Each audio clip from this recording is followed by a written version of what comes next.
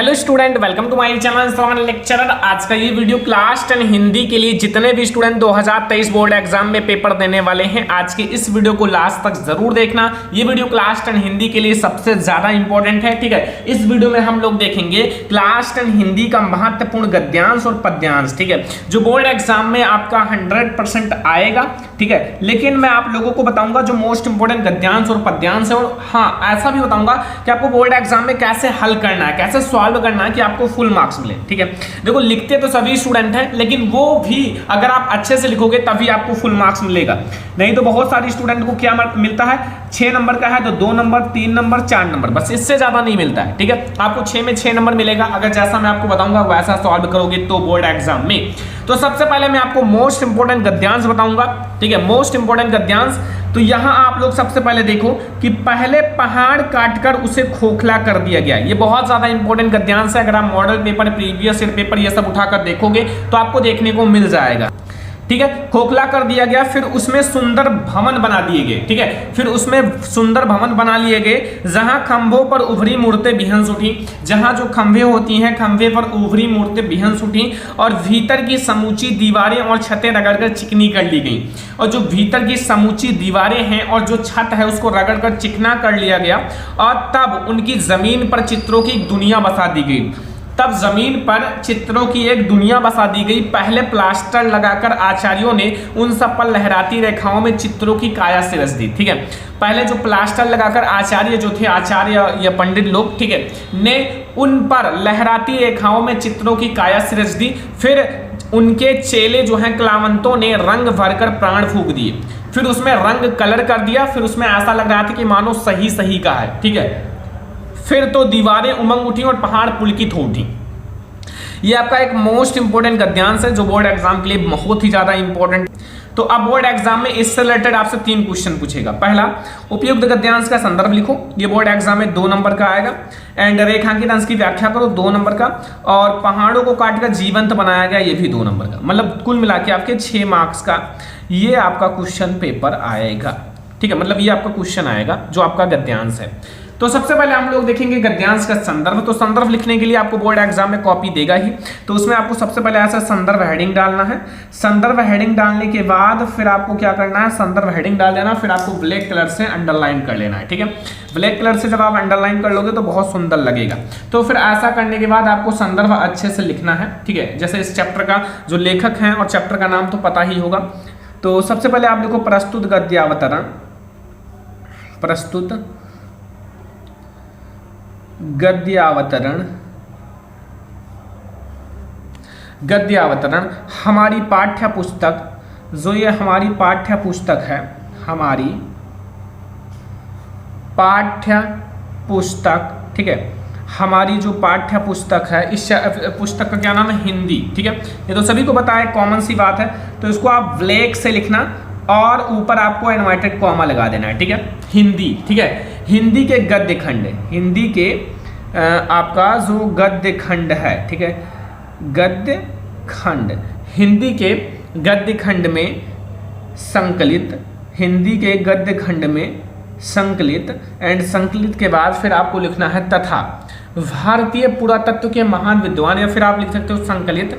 ठीक है, ठीक है, तथा भारतीय पुरातत्व, जो मतलब भारतीय पुरातत्व है, मतलब ध्यान से समझना, थोड़ा सा मैं इनका विवरण दे देता हूं।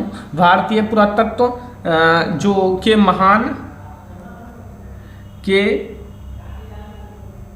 महान विद्वान, इन विद्वान का जो नाम है वो है श्री भगवत शरण उपाध्याय। श्री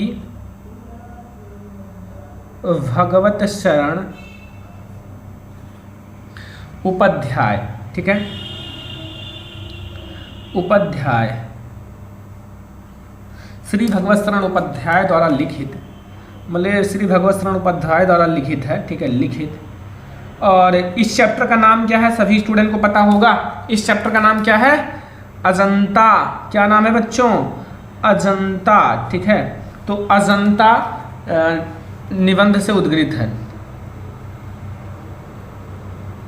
निबंध से या फिर लिया गया है, कुछ भी लिख सकते हो, आपके माइंड में कुछ भी आए, लिया गया है। मेन चीज़ मैं आपको ये बताना चाहता हूँ कि इसमें जो चीज़ें मैंने ब्लैक से लिखा है, जैसे यहाँ लेखक का नाम और पाठ का नाम, तो इसको आप लोग ब्लैक से ही लिखना, बहुत ज़्यादा सुंदर लगेगा। ठीक है, तो उस चीज़ को आपको ब्लैक से ही लिखना है। देख सकते हो इन सारी चीज़ों को आपको ब्लैक से लिखना है। तो ये सबसे पहले हमने आपको बता दिया बोर्ड एग्जाम में संदर्भ कैसे लिखना है। ऐसे आपको संदर्भ लिखना है। अब आपको रेखांकित अंश की व्याख्या करना है। रेखांकित अंश की व्याख्या के लिए सबसे पहले आप जो रेखांकित अंश है उसको ध्यान से पढ़ो। लिखा है भीतर की समूची दीवारें और छतें रगड़कर चिकनी कर ली गई और तब उनकी जमीन पर चित्रों की एक दुनिया बसा दी गई। बस इतना रेखांकित अंश है, यहाँ से लेकर यहाँ तक इतना रेखांकित अंश है और इसकी आपको व्याख्या करनी है बच्चों। तो व्याख्या के लिए सबसे पहले आप हेडिंग डाल देना रेखांकित अंश की व्याख्या। रेखांकित अंश की व्याख्या के बाद आप बस कुछ नहीं, आप जो जानते हो उसके बारे में पढ़ने के बाद उसको लिख डालो। प्रस्तुत गद्यांश जो है, ये प्रस्तुत गद्यांश में लेखक का कहना है या लेखक कहना चाहता है, क्या कहना चाहता है कि गुफा की भीतरी दीवारें, जो गुफा की भीतरी दीवारें और छतों को विधिवत, ठीक है, रगड़ कर, ठीक है, चिकना बना लिया गया।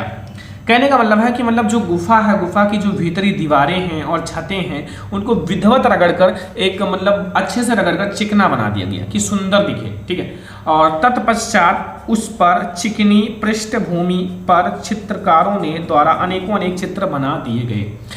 फिर मतलब जो चित्रकार लोग हैं, जो चित्र बनाते हैं, उन्होंने बहुत अच्छी चित्र भी बना दी ताकि बहुत अच्छा लगे।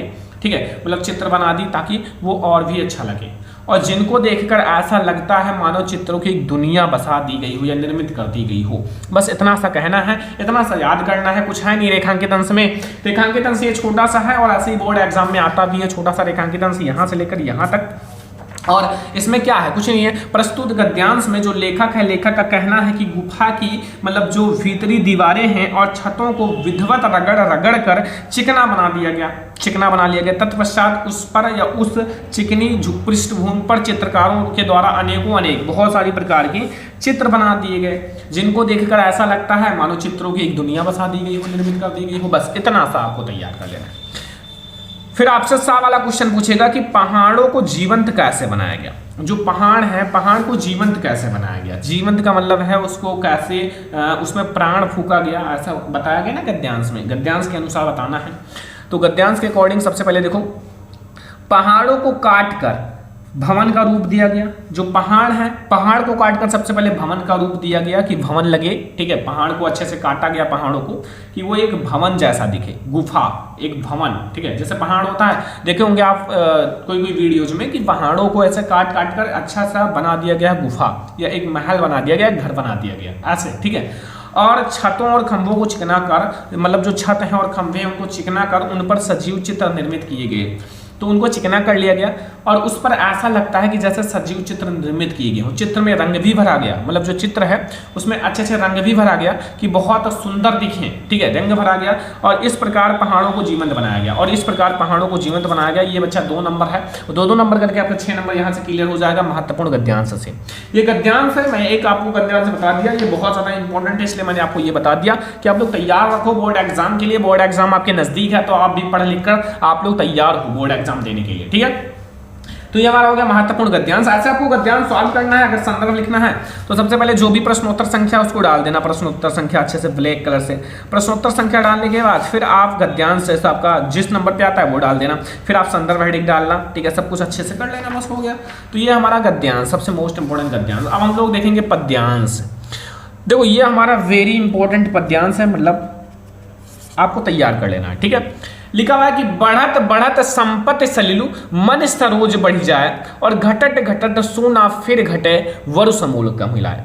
ठीक है, अब ये आपका एक पद्यांश है जो बोर्ड एग्जाम के लिए मोस्ट इंपॉर्टेंट है। तो भैया कैसे तैयार करोगे, सबसे पहले आपको इसको ध्यान से पढ़ना है कि बढ़त बढ़त संपत्ति सलिलु, यहाँ से थोड़ा थोड़ा आ रहा है। बढ़त बढ़त किस चीज की बात कर जा रही है, अगर आपको नहीं आता तो थोड़ा सा ध्यान से पढ़ना, फिर आपको थोड़ा थोड़ा समझ में आता चला जाएगा कि बढ़त बढ़त संपत्ति सलिलु मनि सरोज बढ़ी जाए और घटट घटट सोना फिर घटे वरु समूल कम हिलाए। ठीक है, तो सबसे पहले इसमें 3 क्वेश्चन रहेगा, ये भी 6 ही नंबर का रहेगा। पहला रहेगा कि प्रस्तुत दोहे की संदर्भ हिंदी में व्याख्या कीजिए तथा काव्य सौंदर्य भी स्पष्ट कीजिए। ये पहला है। दूसरा है कमल का उदाहरण देकर कवि ने क्या स्पष्ट किया है। जो कमल का उदाहरण है उसको देकर कवि ने क्या स्पष्ट किया है। और संपत्ति सलिल में कौन सा अलंकार है। जो संपत्ति सलिल है इसमें कौन सा अलंकार है, आपको ये भी बताना है। तो सबसे पहले हम लोग बात करेंगे कि संदर्भ प्रसंग व्याख्या की। तो ये किस चैप्टर से लिया गया है, उसके जो कवि हैं वो कौन है, सबसे पहले हम लोग इस पर बात करेंगे। तो संदर्भ मैंने अच्छे से लिख रखा है कि आप लोगों को ज़्यादा टाइम ना दे और अच्छे से समझ में आ जाए, ज़्यादा आपका टाइम ना वेस्ट हो। बोर्ड एग्जाम नज़दीक है, आप लोगों को कम समय में ज़्यादा अच्छे से तैयारी करना होगा, ठीक है। सबसे पहले आपको लिखना है प्रस्तुत दोहा जो है ये बिहारी लाल, इसके लेखक कौन है, कवि कौन है, रचयिता कौन है, वो है बिहारी लाल जी, ठीक है। तो बिहारी लाल द्वारा रचित बिहारी सतसई, ये बिहारी लाल द्वारा लिखा गया है, रचित है या फिर इनके कवि हैं, ठीक है। और इनका जो बिहारी सतसई एक बहुत ज़्यादा प्रसिद्ध रचना है। बिहारी सतसई से हमारी पाठ्य पुस्तक हिंदी, जो हमारी पाठ्य पुस्तक हिंदी है, हिंदी के काव्य खंड, हिंदी का एक काव्य खंड होता है, गद्य खंड होता है, ठीक है। पद्य खंड और काव्य खंड एक ही होता है, में संकलित नीति, जो नीति एक शीर्षक है, इसी में भक्ति एक अलग शीर्षक है, नीति एक अलग शीर्षक है। तो भक्ति नीति अलग अलग है, लेकिन नीति से ये लिया गया, नीति शीर्षक से उद्धृत है। तो ये हमारा हो गया संदर्भ। अब आपको इसका प्रसंग लिखना है। तो प्रस्तुत दोहे में कवि ने धन के बढ़ने पर मन पर पड़ने वाले प्रभाव का वर्णन किया है। प्रस्तुत दोहा में जो कवि ने ये बताया है कि अगर आपके धन बढ़ जाए तो फिर आपके मन पर क्या प्रभाव पड़ता है, आपकी इच्छाएं कैसे बढ़ जाती हैं। जैसे आपके पास पहले कम पैसे थे तो आप कम ही खर्चे में चला लेते थे काम, लेकिन जब आपके पास ज़्यादा पैसे हो गए तो फिर आप अपनी इच्छाओं को बढ़ा दिया, आपके खाना का सिस्टम अच्छा और हो गया, ठीक है, और महंगा चीज़ आप खाने लगे। तो वही चीज़ें कवि इसमें बताना चाहता है। व्याख्या समझ लो कि कवि का कथन है, कवि का कहना है कि धन रूपी जल के बढ़ जाने के साथ साथ मन रूपी कमल भी बढ़ता चला जाता है।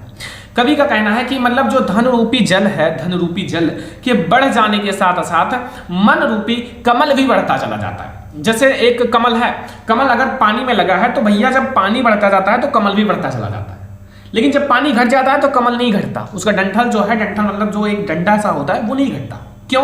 क्योंकि ये है आपकी तुलना की गई है कि धन की मतलब मन रूपी की तुलना मन से मतलब मन की कमल से की गई है कि बढ़ता चला जाता है, किंतु धन रूपी जल जो जल है कि बढ़ने के साथ साथ मन रूपी कमल नहीं घटता, कमल नहीं घटता, कमल उतना ही रहेगा। पानी कम हो गया तो क्या वो टूट जाएगा, बिखर जाएगा, नष्ट हो जाएगा, वही चीज तो इसमें बताया गया है।